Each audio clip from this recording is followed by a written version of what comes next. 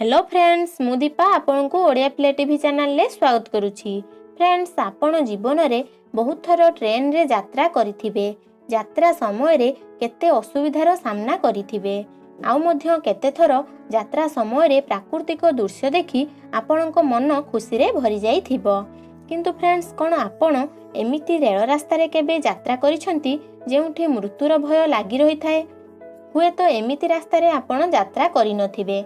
Friends, दुनिया रे एमिति रेल रास्ता रहिछि जेउथिरे लोक माने जीवा पई पसंद करंती नाही, भय करिथांती। आजिर एही वीडियो रे मु आपन को एपर किछि रेल रास्ता विषय रे कहिबी जेउ गुडी को दुनिया रो सबुठारो डेंजरियस। चलंतु जानिबा से विषय रे। नंबर 1, ट्रेनलास न्यूब्स, अर्जेंटीना। एही रेल रास्ता को ट्रेन ऑफ क्लाउड्स बा बादल रेल रास्ता कहा जाए।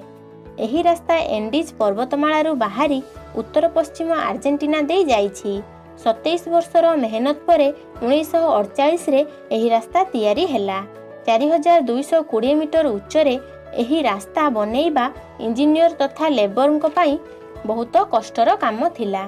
जिगजैग आकृतिर एही रेल रास्ता बहुत आश्चर्यजनक अटे। नंबर 2, कोरांडा सैनिक रेल रास्ता, ऑस्ट्रेलिया। यह ऑस्ट्रेलिया रे अवस्थित।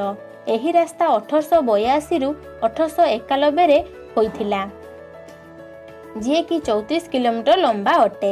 एठाकार खास कथा एहा कि एही रेल रास्ता पाखरे गोटे बड़ झरणा रहिछि।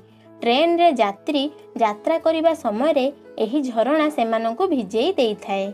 एही दृश्य बहुत अट्रैक्टिव होइथाए। नंबर 3, अटेनिकुआ रेलवे ट्रैक, साउथ अफ्रीका।